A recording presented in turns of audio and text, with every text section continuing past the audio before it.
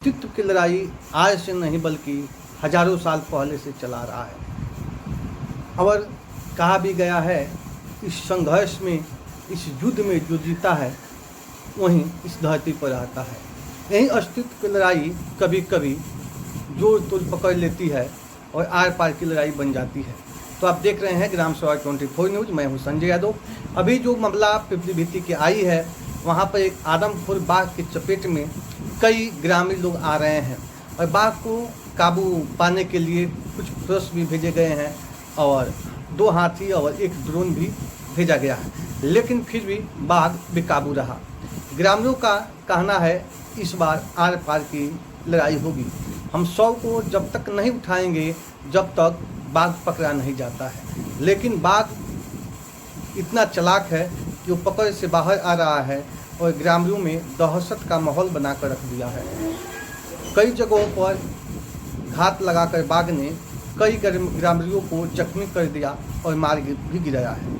यह जो मानव और जंगल के बीच जो जंग जारी है वो केवल बाघ तक ही सीमित नहीं है।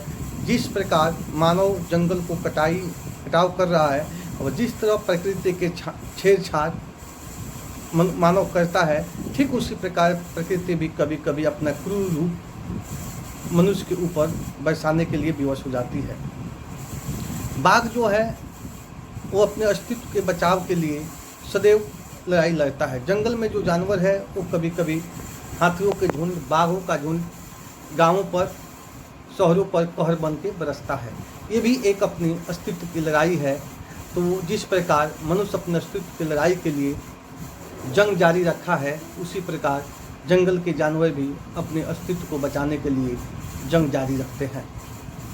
जिस तरह जंगल को आज कटाई किया जा रहा है, उस तरह जानवर जो हैं वो अपने जंगल को ही घर समझते हैं और अपने घर को बचाने के लिए कोई भी आगे बढ़ता है और जंग जारी रखता है।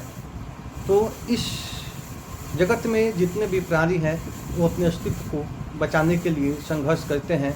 इसी संघर्ष में जंगल से निकलकर बाघ भी ग्रामीणों पर हमला कर रहा है और ग्रामीणों का इस बार आर पार की लड़ाई है।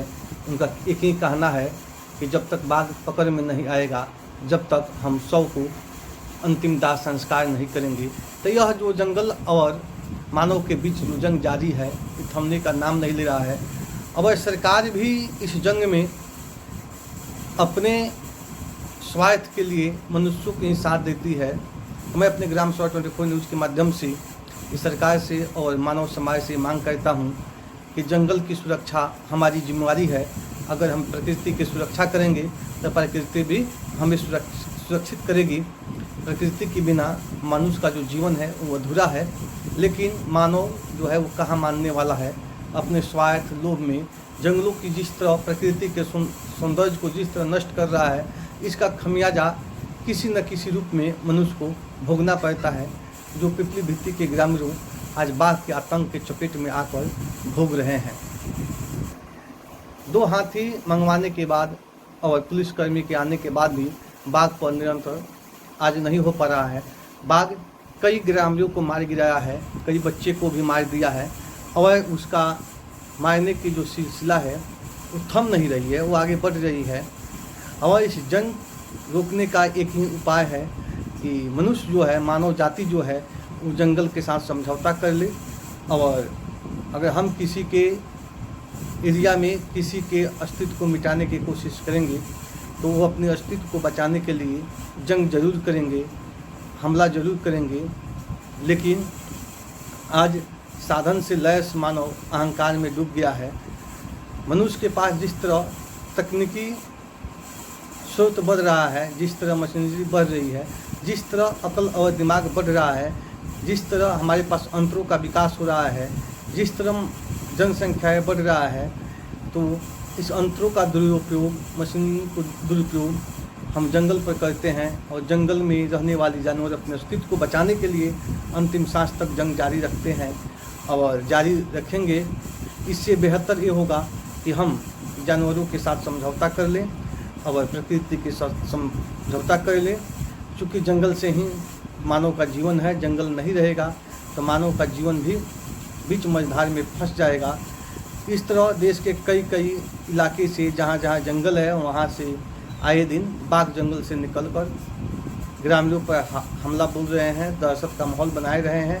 लेकिन इसके पीछे का कारण क्या है, इसके पीछे का गहरा राज क्या है, वो हम अपने अहंकार में, अपने घमंड में, अपने साधन में हम इतना अंधे हो गए हैं कि हम समझ नहीं पाते हैं कि आखिर बाघ जंगल छोड़कर क्यों हम पर हमला करते हैं। इसका असली वजह बाघ नहीं है, मानव है, मानव का अंतर है, मानव का साधन है, मानव का विस्तारवादी नीति है और जंगल को काटना है। तो जब तक हम जंगल से छेड़छाड़ नहीं करेंगे, जब तक जंगल के जानवर हमारे ऊपर हमला नहीं करेंगे, इसलिए हमें समझना होगा कि गलती कहाँ हो रही है। उस गलती को सुधारने की ज़रूरत है, न कि हमें प्रकृति से उलझने का ज़रूरत है।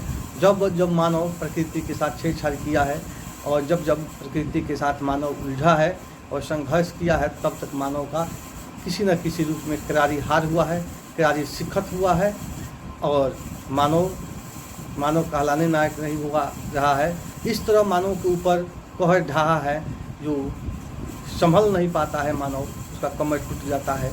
तो आप देख रहे हैं ग्राम सभा 24 न्यूज़। आप प्रकृति को बचाइए और प्रकृति जीव को बचाइए।